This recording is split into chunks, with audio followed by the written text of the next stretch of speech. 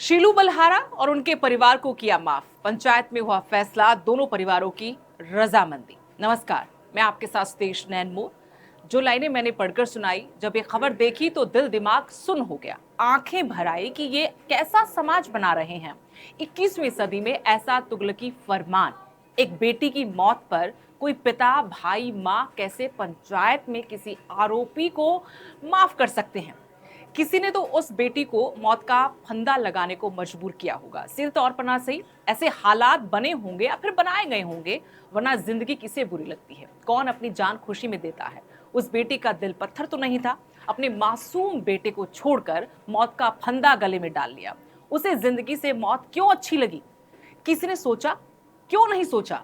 और ये पंचायती बताएंगे कि क्या आगे भी इसी तरह फैसले होंगे इस तरह की मौत पर। और क्या शीलू मुस्कान की जगह मर जाता तो क्या शीलू के परिवार पर भी ऐसे दबाव बनाया जाता इसी पंचायत की तरफ से? क्या शीलू का परिवार मुस्कान को, उसके परिवार को माफ कर देता? और इस देश में पुलिस, कानून, प्रशासन, सरकार नाम की कोई चीज बची है या नहीं? ये तालिबानी फैसले क्यों लेने दिए जा रहे हैं? जब मुस्कान की मौत की खबर आई थी तो उसके परिवार ने, पिता ने, परिजनों ने मीडिया के सामने आकर कहा था उनकी बेटी को परेशान किया जा रहा था, गरीबी का ताना मारते थे और कई पारिवारिक बातें और कुछ रिश्तों की बातें। फिर अब कैसे माफ कर दिया? गांव राम कब ऐसे फैसले करने लग गया? क्या बेटियों को कोई सताएगा और किसी कारण से परेशान, दुखी होकर अगर मौत को गले लगाएगी, वो मर जाएंगी, तो ससुराल वालों को सभी माँ बाप माफ कर देंगे क्या? हमारी बेटियों को सोचना चाहिए, अगर कभी उनके ससुराल में उनके ऊपर अत्याचार होगा तो क्या माता पिता साथ देंगे? मर गई तो क्या उसके ससुराल वालों को माफ कर दिया जाएगा? कुछ लोग सोशल मीडिया पर इस फैसले की तारीफ कर रहे हैं, इसे सही फैसला बता रहे हैं।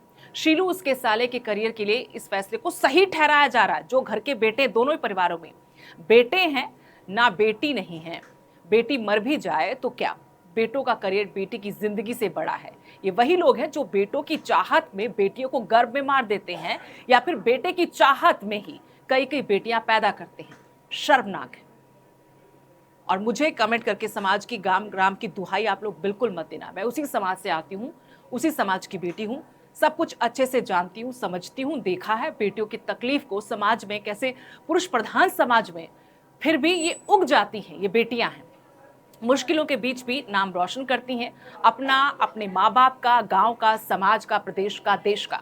फिर भी मुस्कान का न्याय पंचायत में माफीनामे के साथ कैसे कर सकते हो? 21वीं सदी में जी रहे हैं हम।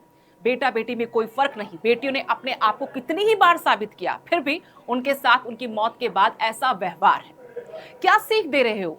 क्या एहसास करा रहे हो अपने घर परिवार में पल रही बेटियों को, या ससुराल बैठी बेटियों को? कोई बेटी कैसे अपने माँ बाप को बता पाएगी अगर उसके साथ उसके ससुराल में कुछ बुरा हुआ तो? कहीं का तो रहने दो बेटियों को, कहने को बहुत कुछ है, बस आज दिल थोड़ा भारी है।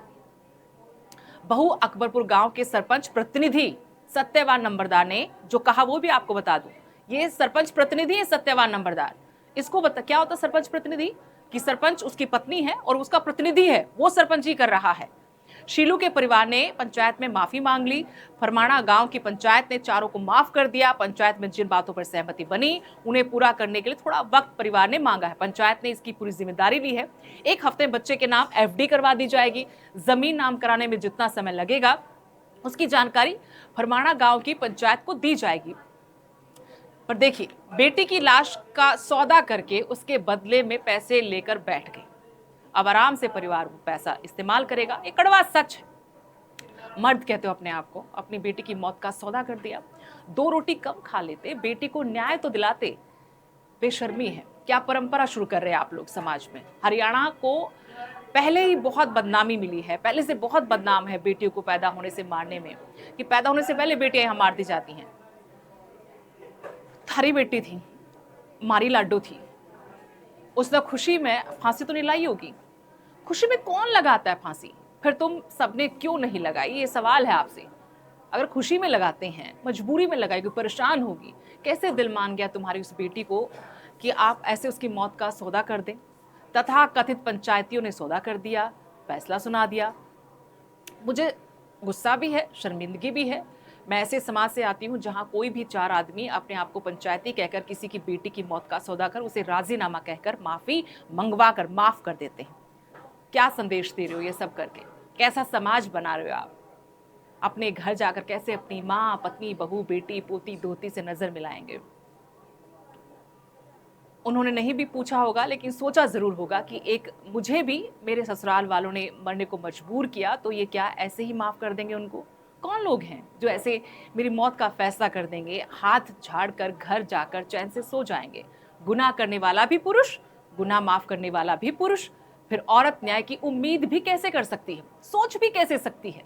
फैसले ऐसे ही होने लगे तो फिर देश में थाने, तहसील, कोर्ट, कचहरी क्यों है? इन पर ताला लगा दो, कानून की किताब को फाड़कर फेंक दो। ये कौन था सरपंच प्रतिनिधि? सरपंच प्रतिनिधि समझते हो? महिलाओं को हरियाणा में पंचायतों में आरक्षण दिया गया 50%। अब मर्द समाज की बेबसी है, सरपंच नहीं तो सरपंच प्रतिनिधि बनकर बैठ गए। औरत को चुनाव लड़वाना मजबूरी बन गई। ये ताकत देने के लिए आरक्षण दिया गया था महिलाओं को, लेकिन चुनाव लड़कर वो सरपंच बन गई, पर काम सारे उसका पिता, पति, भाई या परिवार कोई पुरुष ही करेगा। और हो भी यही रहा है। ये दोगला चेहरा है हमारे समाज का। ना सीता को न्याय मिला था, ना मनीषा को मिला, और ना ही मुस्कान को न्याय मिला। सदियों से गुनहगार भी पुरुष और फैसला सुनाने वाला भी पुरुष है। पैसे में बड़ी ताकत है, एक बार फिर से लगा, आज भी लगा। मुस्कान कल फिर से मरी है। ये बेटी की दूसरी मौत है। मैं फिर कहती हूँ, मुस्कान कल फिर से मरी पंचायत के बाद। ये बेटी की दूसरी मौत थी। शीलू शादी करना चाहता है, पंचायत की तरफ से कहा गया तो हम उसका घर बसाएंगे। अभी चिता की आग पूरी तरह से ठंडी नहीं पड़ी, लेकिन किसी का बेटा है, उसका घर बसाने की तैयारी हो रही। किसी की बेटी थी, जब परिवार ने ही सरेंडर कर दिया, सब माफीनामा हो गया, तो हम भी क्या करें? ब्रह्माणा गांव के पूर्व सरपंच सतीश ने बकायदा पंचायत में ये बात उठाई है कि शीलू ने अपने बेटे की तरह ही देखेंगे, हम दूसरी शादी भी करना चाहता तो हम उसका घर बसाने में पूरी कोशिश करेंगे, मदद करेंगे। बढ़ा चढ़ाकर इसमें बातें रखी गई, लेकिन सवाल फिर वही है कि हम कैसा समाज बनाकर दे रहे हैं? ये प्रदेश में क्या हो रहा है? हमारा सिस्टम, हमारी परंपराएं सड़ चुकी हैं, बदबू आने लगी है। बदलना होगा। मुस्कान की आत्मा को भगवान शांति दे। बस आखिर में इतना मैं यहाँ पर कहना चाहूंगी, ना आना इस देश मेरी लाडू। राम राम। आज पंचायत ने फैसला आया जी, हरमाणा की पंचायत और खापो की पंचायत और भवकपुर की पंचायत, इन्हें फैसला लिया जी। इन्हें तो एक किस्म से जीवन दान दिया जी शीलू को। और इन जो भी फैसले में जो भी इन्हें बताया है, जो 1 2 4 मांगे थी, वो भी पूरी पंचायत ने सब ने स्वीकार कर ली। एक तो थी ये थी जी, इसका एकेडमी के है, वहाँ इसके नाम करवानी है बच्चे के। और दूसरा एक 50 लाख की एफडी है, और प्लाट हैं 2-3, और उसका 1 हफ्ते के अंदर अंदर उसके नाम करवा देंगे, या हमारी जिम्मेवारी है। पंचायती पहले देखे हमने, उससे भी बढ़िया निष्पक्ष जांच हुई। दोषी को दोषी कहा गया, निर्दोष को निर्दोष कहा गया। और मैंने को इतना बड़ा दिल शायद किसी का होगा जो इस महम 24 का फरमाना गांव से मिला। ये कुछ कलरी का भाग होता है, प्रधान की अध्यक्षता का भी भाग होता है। तो मैं ये आपके माध्यम के से कहूँगा कि वे ऐसे उचित फैसले अगर हम समाज में करें तो आगे आने वाली पीढ़ी भी के लिए वो मिसाल हो। दोनों पक्षों को मान्य होगा जी, इसमें कोई दो राय नहीं। आपसी भाईचारे को देखते हुए और समाज की मर्यादाओं का पालन करते हुए जो लड़का शीलू पहलवान हमारे गांव में हिंदू रीति रिवाज से शादीशुदा था, उसके उस नाम की उसकी पहचान को देखते हुए पूरे गांव के दिल में एक मार्मिक जगह थी कि वे एक अंतर्राष्ट्रीय खिलाड़ी के घर में जो इस प्रकार की घटना घटी, वो समय के हिसाब से बहुत गलत हुआ। और गांव फरमाना ने ये फैसला लिया कि भाई इस प्रकार की अनहोनी के इस समय में शीलू पहलवान को अपनी तरफ से एक मौका दिया जाए नया जीवन जीने का।